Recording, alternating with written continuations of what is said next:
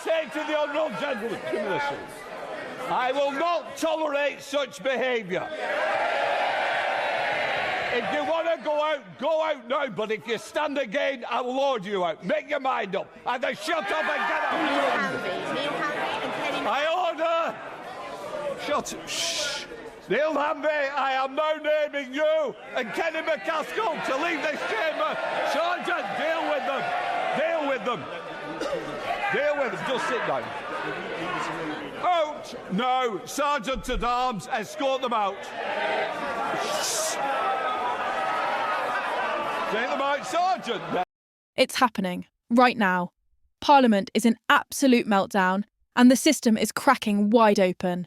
Just 1 minute ago, Nigel Farage stood in the heart of the Commons and thundered what millions across Britain have been demanding for months. Starmer must quit now. The chamber erupted. Gasps, shouting, fury. The Speaker's gavel slammed down again and again, struggling to contain the chaos. Labour MPs sat frozen or shouting in panic. Reform benches roared with chants. This isn't just a speech, it's a political earthquake. A tidal wave of public rage has smashed through the doors of Westminster, and Nigel Farage is riding it straight into the heart of power. For the Labour elite, the walls are closing in. The room is boiling over, the illusion of control is gone, and the man they once dismissed as fringe now leads the charge against a government that millions see as illegitimate, broken, and morally bankrupt.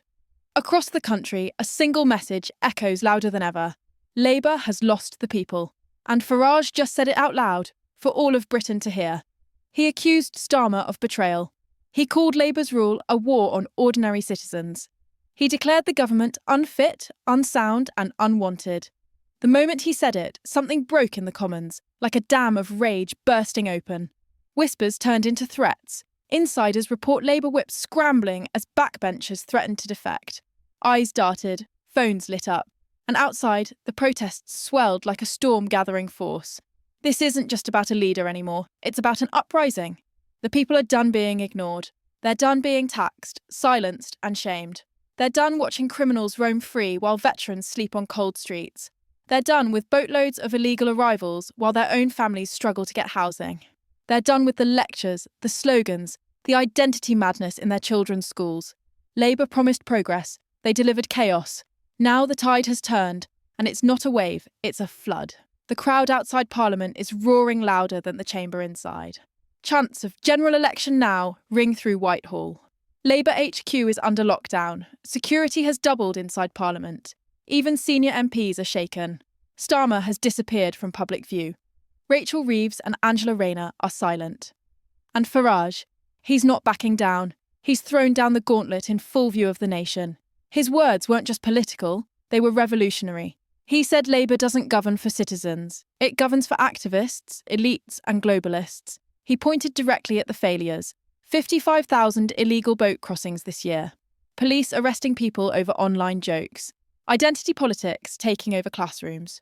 British workers taxed to the bone while public money is handed out to migrants in hotels.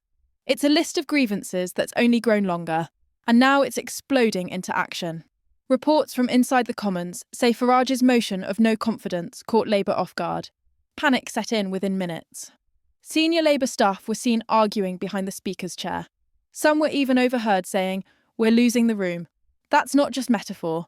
Reform UK has shifted the gravity of British politics, and the centre of power is tipping. What once looked like an upstart party now looks like the real opposition. And Labour looks terrified. The data backs it. Approval for Starmer is in freefall, now plunging below 19%. Labour's national support has crashed to 22.6%. The Tories are even lower, sinking into irrelevance at 17.9%. But Reform's 74-seat majority, once dismissed as a fluke, now looks like a revolution in motion. And here's the kicker. It came on just 30.4% of the vote. That tells you how hungry this country is for change, for rupture, for a new era that doesn't apologise for putting Britain first. But this isn't just numbers and polls. It's fury turned into force. From Manchester to Cornwall, from Sunderland to South Wales, inboxes of MPs have been flooded with thousands of messages overnight. Britons demanding answers, demanding resignations, demanding that the Parliament remember who it serves. From former Labour loyalists to first-time Reform voters, the message is the same. We've had enough. They're tired of being told they're wrong for loving their country, tired of being told their culture is offensive, tired of watching small towns change overnight without consent. This isn't about politics anymore. This is personal. And Farage, for all his critics, has said out loud what millions have whispered in pubs, in taxis, in WhatsApp groups, and around dinner tables. This country doesn't feel like ours anymore. And now, it's not whispers, it's roars. It's motion on the floor of the Commons. It's lawmakers banging on desks. It's protesters outside Downing Street refusing to leave. It's headlines exploding across every channel. And inside the halls of power, the old order is crumbling. No spin can hide it. No press release can smooth it over. Farage looked into the eyes of the Prime Minister's front bench and said, "You do not speak for this country. Step down." And behind him, a reform movement no longer in the shadows, but standing in the spotlight. The next 24 hours could change British politics forever. The fallout was instant. As Farage's voice echoed through the chamber, it wasn't just Labour that looked shaken. It was the entire establishment. The Commons descended into full-blown chaos. Shouting matches broke out. The Speaker's gavel was drowned in noise.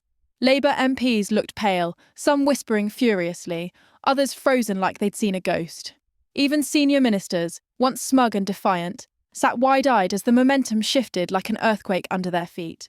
One Labour insider reportedly muttered, "We've lost control." And outside, it was no different.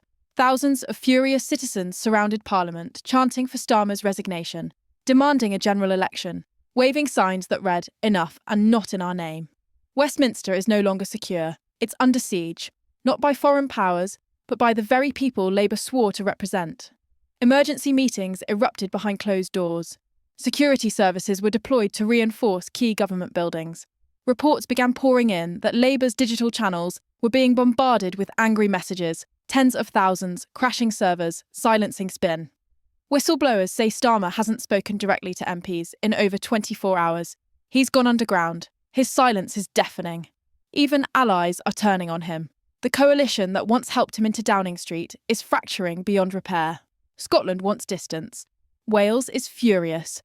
And Northern England, once Labour's heartland, is boiling with rage. Towns that used to paint the map red are now demanding a reform government.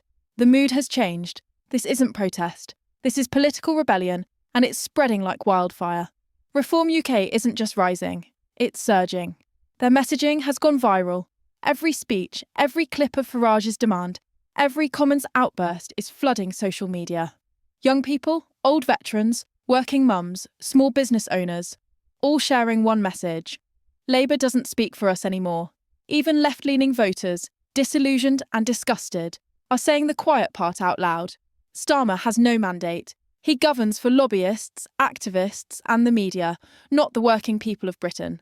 The mask has slipped. And now, there's no putting it back on. The outrage is uncontainable. The people feel lied to, bled dry, shamed for speaking truth, punished for loving their country. They feel sacrificed, on the altar of inclusivity, political correctness, and globalism. Labour's legacy has crumbled into dust. Remember the promises? Safer streets, better schools, opportunity for all. What did they deliver instead? Lawless streets, where criminals go free and police arrest citizens for offensive tweets.